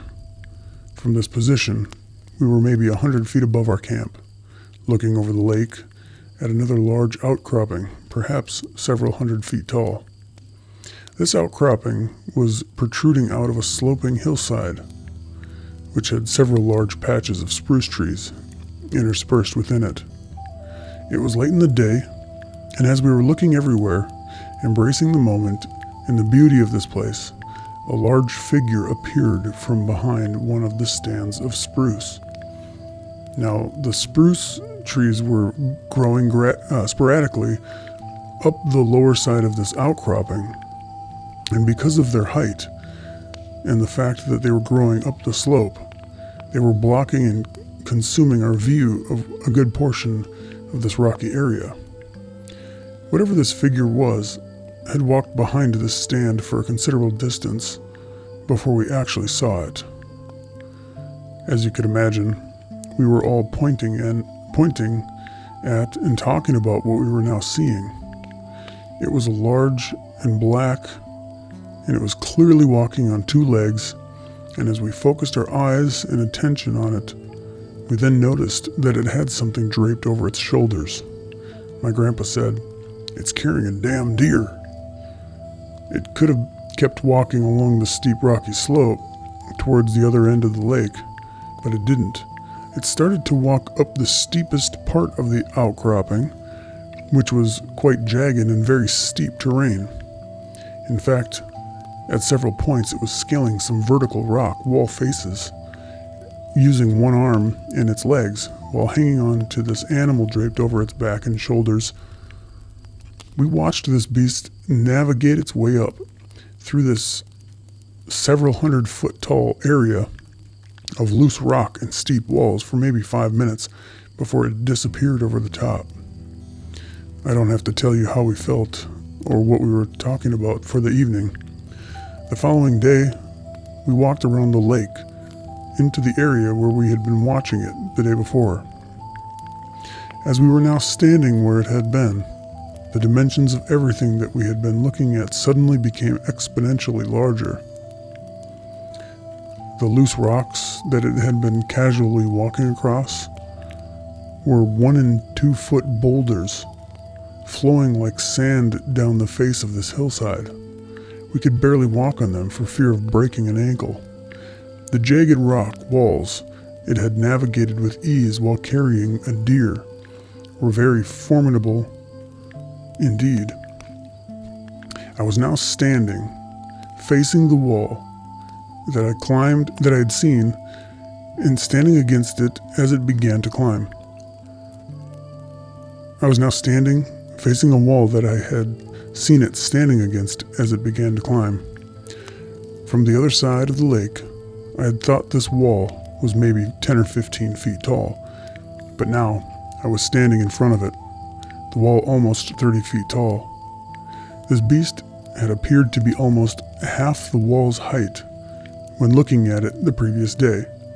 And by the way, when this thing had been climbing the rock faces, it had been using one hand and both feet, just like my dad and grandpa would carry lumber up a ladder.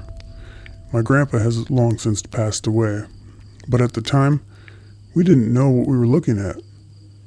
It was only years later when the term Bigfoot had begun to circulate in the States that we realized we had seen one that day in Buffalo, Wyoming.